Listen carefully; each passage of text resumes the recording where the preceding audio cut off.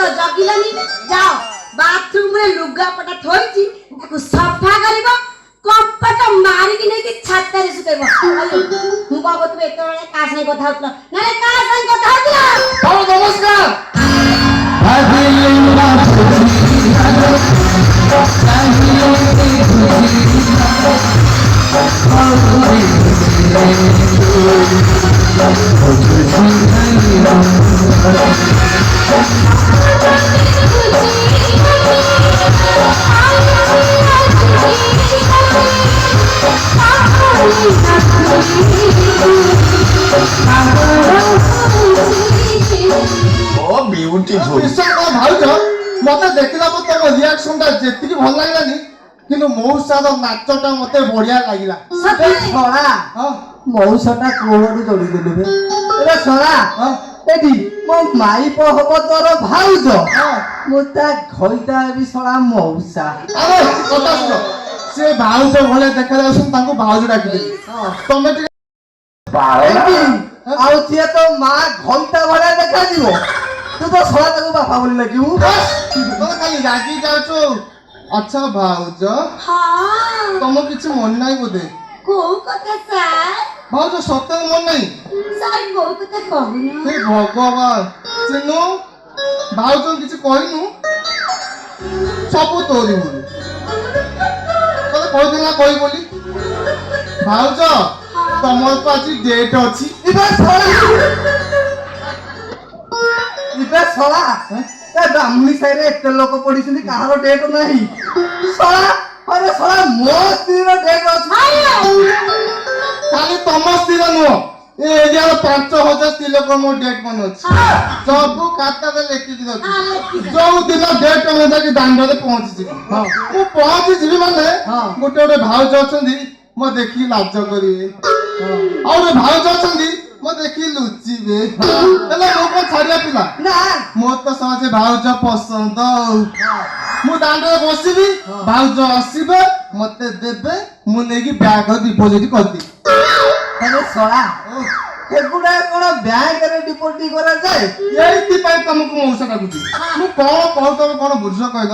ମୁଁ ହେଲି ସ୍ୱୟଂ ଗୋଷ୍ଠୀ ମ୍ୟାନେଜର କୃଷ୍ଣ ମୁଣ୍ଡା ମୁଁ ହେଲି ଗୋଷ୍ଠୀ ସାର୍ ତମ ସ୍ତ୍ରୀ ଆମଠୁ ଲୋନ୍ ନେଇକି ଗୁଡା 4 ମହଲା ଘର ବାଡେଇ ପକେଇବା ସେ କିସ୍ତି ଟଙ୍କା ସୁଝିବ କିଏ ମୁଁ ହେଲି କିସ୍ତି ସାର୍ ତମ ସ୍ତ୍ରୀ ଆଜି କିସ୍ତି ଡେଟ୍ ଥିଲା କିସ୍ତି ପଇସା ନେଇକି ଯିବି ଓହୋ କିସ୍ତି ଟଙ୍କା ହଉ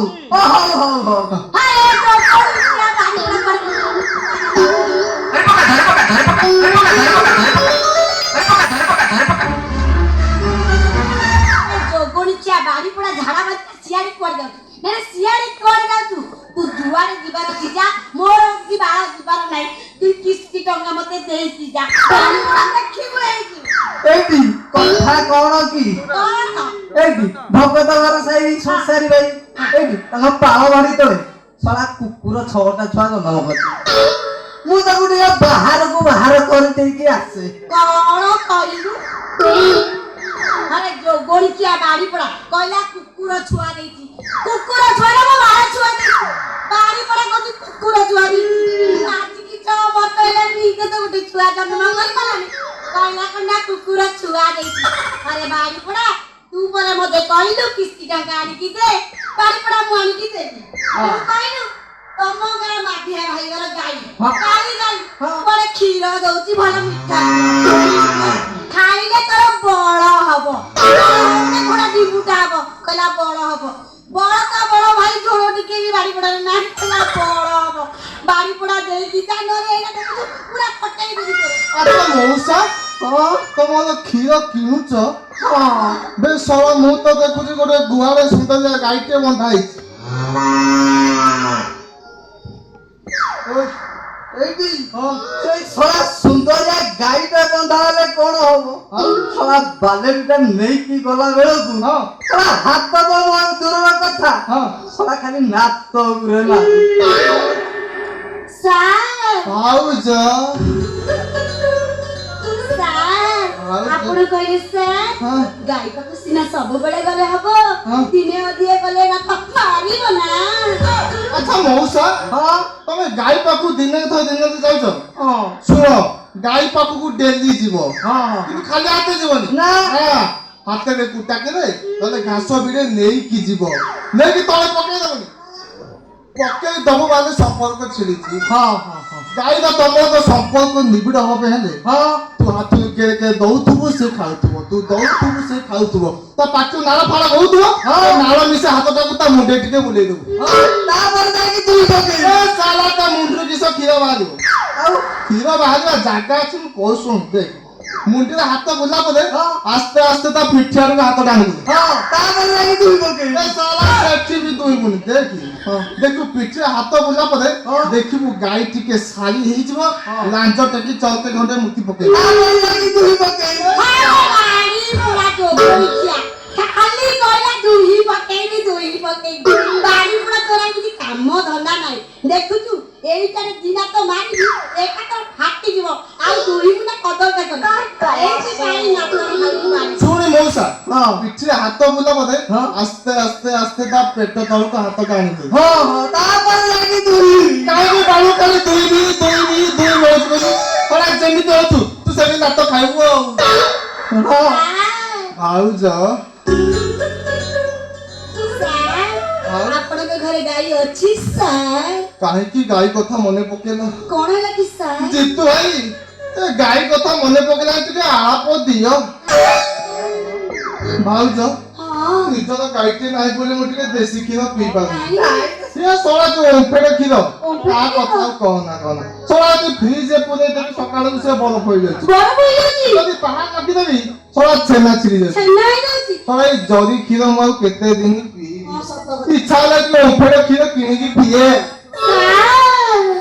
ଆପଣ ଓମ୍ଫେଡ କ୍ଷୀର ପିଉଛନ୍ତି? ଆପଣଙ୍କ ଘରେ ତ ଗାଈ ନାହିଁ, ହେଲେ ଏସବୁ ଗବେଷଣା କରୁଛନ୍ତି କୋଉଠି ସାର୍? ଏସବୁ ଗବେଷଣା ଆମ ସାଇ ଗାଈ। ତମେ ସେଗୁଡା ବୁଝିପାରିବନି। ଆଚ୍ଛା ଭାଉଜର କଥା କହିବି ଖରାପ ଭାବିବନି। ନା ଜମା ଖରାପ ଭାବିବିନି, ସେ କୁହନ୍ତୁ ସାର୍, କୁହ। ଭାଉଜ ଭାଉଜ ମୁଁ ଆଜି ତମର ସବୁ ଖାଇବି।